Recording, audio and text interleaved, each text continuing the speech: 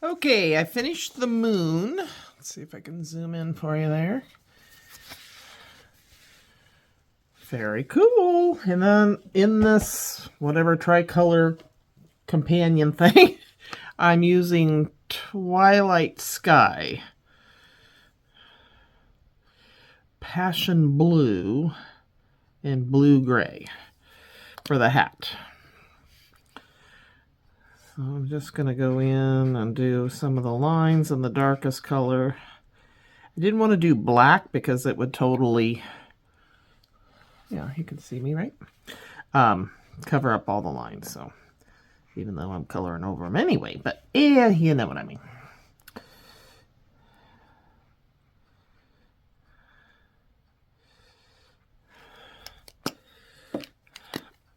I think that was the darkest. I don't know.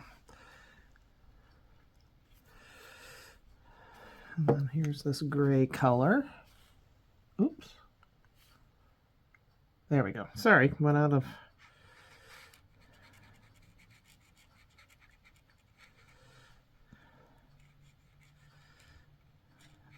zoom in.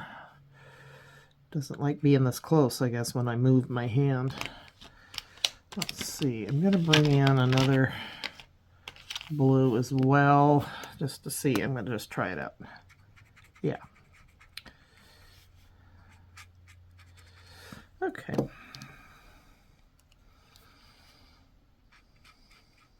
I'm not crazy about that, so I'll just go over it. Like I said, I am not a colorist. I just have been doing it a while and play around. That's my story, and I'm sticking to it.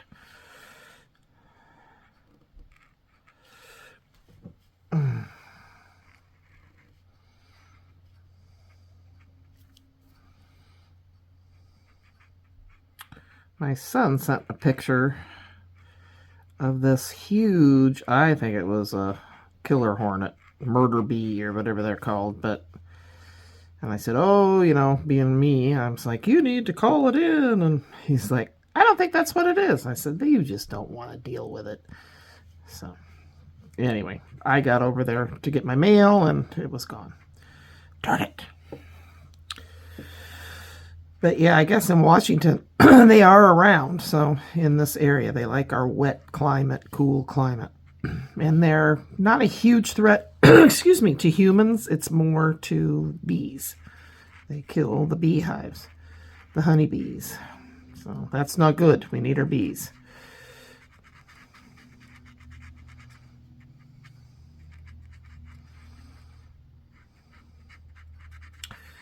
So no, this is not black, but I also didn't want to do purple.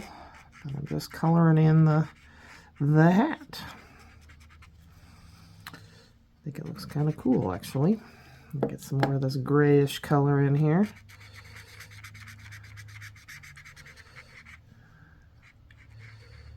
I don't think this is the color I used in my other one. It's not looking the same. Oh well.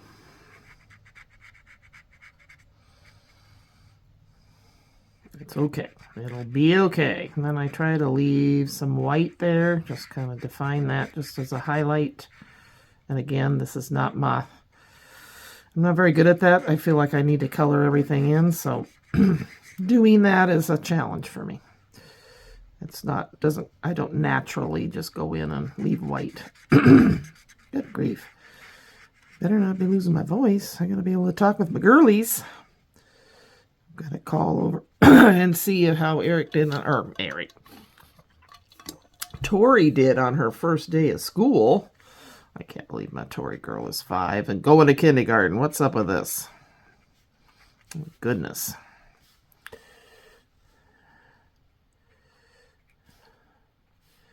And I kind of want to leave a little bit of white here, so I'm just going to do that like that now so I don't forget.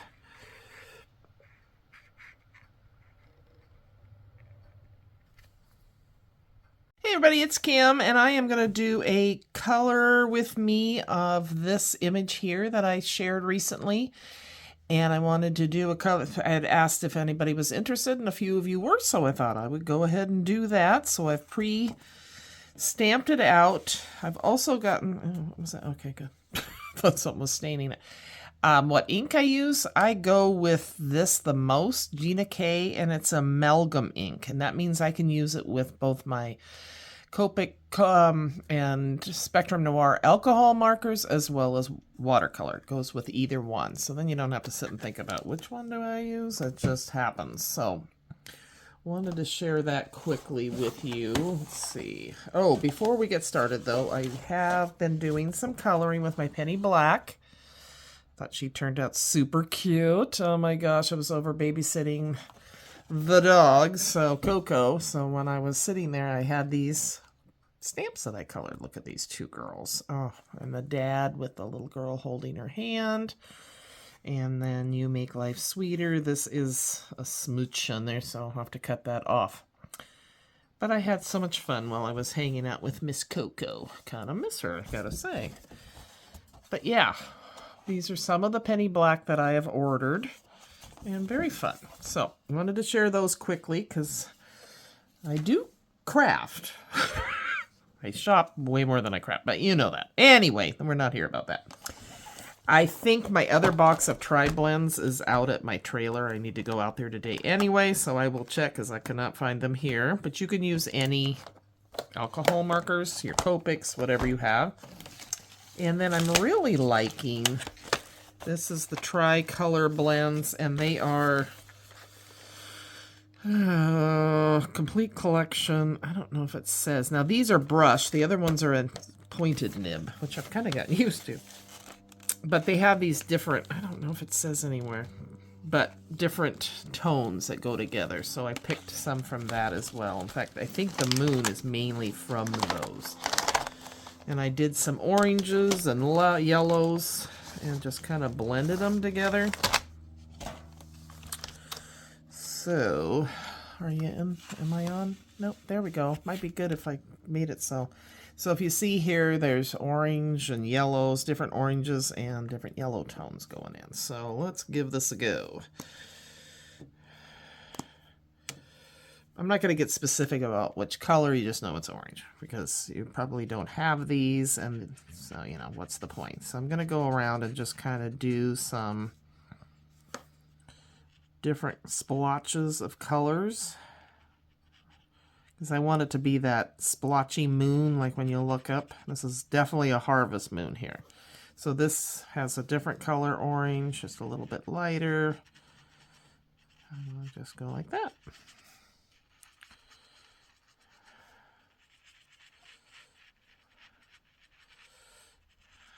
I kind of go in sections so that it's, oh, I need to put, I like to put, somebody gave me this tip a long time ago, putting another piece of paper under. I've also been asked which papers I use. I try to use 110 weight cardstock for most of it. It doesn't have to be though. And I don't know what this brand is. It's just something, I think it was on Amazon. I don't know. I'm not a real specific, worry about detail kind of gal. So I don't know if you've noticed that about me. Let's see, and I think I have a yellow one here. So yeah, these are interesting because there's different colors on each, like salmon and orange and yellow, and so they're kind of fun because it kind of gets you out of your, there we go. And then I want to do some yellow, and the lightest color tends to blend it the best. I go kind of over a lot of it, the darker shades with my lighter to kind of blend that in, if that makes sense.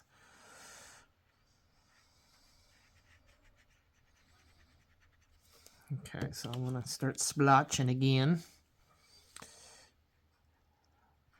So I didn't think of this as much of like shading as I usually do because I wanted it to be more of a harvest moon-like, you know, mystical looking thing. So if you notice, I'm kind of squiggling it around. And yeah, this was a fun stamp to do. I got it on Temu. So I'll try to find the link to it. Don't make any promises because I don't know if I will or not, or if it's still available. But if it is, I'll try to, and I find it, I'll try to link it down below. But you kind of get the idea here. It's not rocket science. It's just... Now, I could do this with my, Distress inks, watercolor, whatever. But I didn't have those with me, so I came up with this idea, and I'm kind of happy how it turned out. It's pretty cool. I think it turned out really good. I was happy with it. Okay, so now I'm going to come back with that yellow and just kind of spread that around. So I think you're getting the idea what I did to get this effect. It's Tori's first day at school today, first day of kindergarten. I tried to get hold of her dad, but he's out of range. I was like, uh-oh, because he went with them and with her too. They're such good moms and dads. I mean, my granddaughters are all blessed to have good parents. So blessed. But anyway, because on his first day of school, I was teaching 4th grade, and it was my first day of school, and I could not be there for him like I was for Brian, and I had parent guilt like nobody's business anyway. I was so worried, and I'm trying to teach this new class, which is a lot of stress too, and all of a sudden, and it used to be half days back then, the PE teacher comes in and he says, I don't mean to upset you or anything. He whispers in my ear. Well, right away, I'm like, oh God, what happened? But Eric, the daycare called. Eric didn't get off the bus. I'm like running. He says, I will watch your class. You go deal with it. So I am just in full panic. Called my ex-husband. He was able to leave. He worked at the prison, so he was able to get out of there. And the daycare gal was a good friend as well, still is. And she happened to call our house just randomly because she had other kids. So it's not like she could go out and look for him. And there was a phone in the garage, and he answered. Eric answered the phone. He got off at our house. And she goes, Eric, what you doing? Not trying to panic him or anything, thinking he's going to be upset. Oh, no, he was happier than a lark. He goes, oh, I'm just here at my garage, our garage, playing with my kitty. And she's like, oh, okay, well, you stay there, And so my husband went and got him and took him home, kept him at home because he took the rest of the day off. I mean, oh my gosh. So, but that little stinker kind of liked that, and plus I think I bought him something. I was so happy to say. I was so out of my mind. It was like I went back to teaching my classroom. Jeez. Anyway, but a few days later, the next week I think it was, he did it again. He got off. Now that's kind of on the bus driver too. They should be a little more, but it was the mid 80s, upper 80s. Oh, early 90s rather. Anyway, it wasn't as closely run as it is now, man. You got to be at the bus. They won't just drop you off. But so then he did it again, and it was like, okay, now we got to get into what are we going to do to get him to stop. Eric was quite the character. God love him. So I was trying to call him today, say, remember your first day of school? I felt so bad. Here I was. I had mom guilt as it is. And if you're in that situation, don't beat yourself up. You're doing the best you can, and he turned out fine as far as we know. No, I'm kidding. He's a good man, good dad, good husband, good citizen. So that did not definitely define the rest of his life, thank goodness. So, okay, so I am going to come back and do the hat with you. I think you get the idea here. This is getting kind of boring to watch me sit here and splotch on color. But look at that. Isn't that cool? I love it.